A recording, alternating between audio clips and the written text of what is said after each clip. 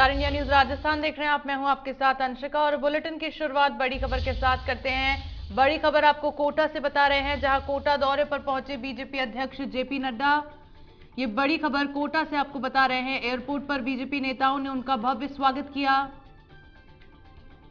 Party नेताओं ने फूल मालाओं से जेपी नड्डा का स्वागत किया। नेताओं और कार्यकर्ताओं की मीटिंग लेंगे जेपी नड्डा। और ये बड़ी खबर कोटा से आपको बता रहे हैं, जहां जेपी नड्डा, बीजेपी अध्यक्ष जेपी नड्डा कोटा दौरे पर पहुंचे। एयरपोर्ट पर बीजेपी नेताओं ने उनका स्वागत किया। फूल मालाओं के साथ जेपी नड्डा का स्वागत किया गया। अपने कोटा दौरे के दौरान नेताओं और कार्यकर्ताओं की नड्डा मीटिंग लेंगे। और खबर पर ज्यादा जानकारी के लिए संवाददाता राजेंद्र भारद्वाज कोटा से हमारे साथ जुड़ गए हैं। राजेंद्र, जेपी नड्डा पहुंच चुके हैं कोटा, दौरे पर रहेंगे, क्या कुछ अपडेट इस मामले में? बिल्कुल, बीजेपी के जो राष्ट्रीय अध्यक्ष हैं जेपी नड्डा आज एक दिवसीय दौरे पर कोटा पहुंचे हैं। कोटा एयरपोर्ट पर बीजेपी कार्यकर्ताओं ने उनका गर्मजोशी से स्वागत किया। वहां से वो सीधे निजी होटल पहुंचे। निजी होटल में महिला मोर्चा की कार्यकर्ताओं ने पुष्प वर्षा कर जो मोदी सरकार नारी शक्ति वंदन जो बिल लेकर आई है, उस बिल को लेकर महिलाओं ने बीजेपी सरकार का धन्यवाद भी दिया।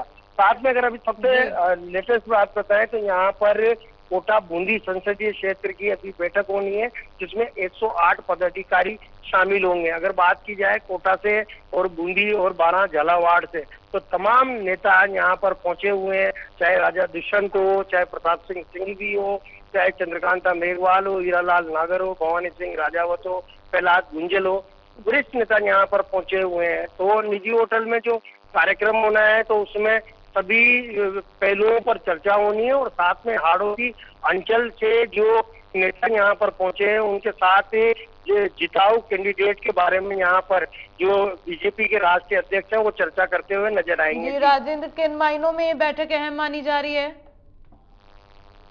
माफ कीजिएगा, मैं आपका सवाल सुन नहीं पाया। राजेंद्र, मेरा सवाल है कि किन मायनों में जेपी नड्डा द्वारा ये जो बैठक ली जाएगी, किन मायनों में ये अहम मानी जा रही है?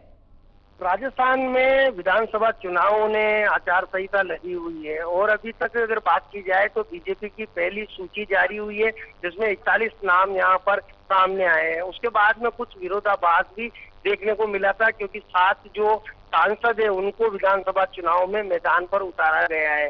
तब बीजेपी के राष्ट्रीय अध्यक्ष लगातार राजस्थान में और लगातार राजस्थान का दौरा कर रहे हैं। तो कहीं ना कहीं उसके पहले टिकटों की जो लिस्ट जारी होनी है, उसके पहले पदाधिकारियों और भाजपा के वर्तमान विधायक हो, चाहे मंडल हो, चाहे बूथ स्तर के कार्यकर्ता हो, उनसे सीधा संवाद यदि वो करते हैं तो कहीं ना कहीं जिताऊ कैंडिडेट सामने निकल कर आता है। और सबसे बड़ी बात यह है कि ये बैठक इसलिए भी अहम है क्योंकि जो लोग टिकट की दावेदारी कर रहे हैं उनका धरातल क्या है और उनको कितने लोग यहाँ पर पसंद करते हैं, इसके बारे में भी जेपी नड्डा यहाँ पर पदाधिकारियों की नब्ज टटोलते हुए आएंगे।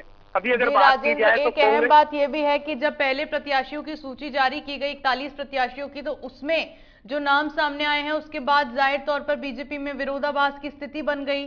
कई विरोध की आवाजें उठने लगी। अब जब कोटा में जेपी नड्डा पहुंचे हैं, बैठक होगी, तो क्या इसमें इस मुद्दे को लेकर भी चर्चा की जाएगी? क्या ये ध्यान में रखते हुए कि अब की बार जो सूची जारी की जाएगी उसमें जो प्रत्याशियों के नाम सामने आएंगे उनके खिलाफ कोई विरोध की आवाज ना उठे, क्या इस मुद्दे को लेकर बीजेपी की ओर से कोई रणनीति तैयार की जाएगी इस बैठक में?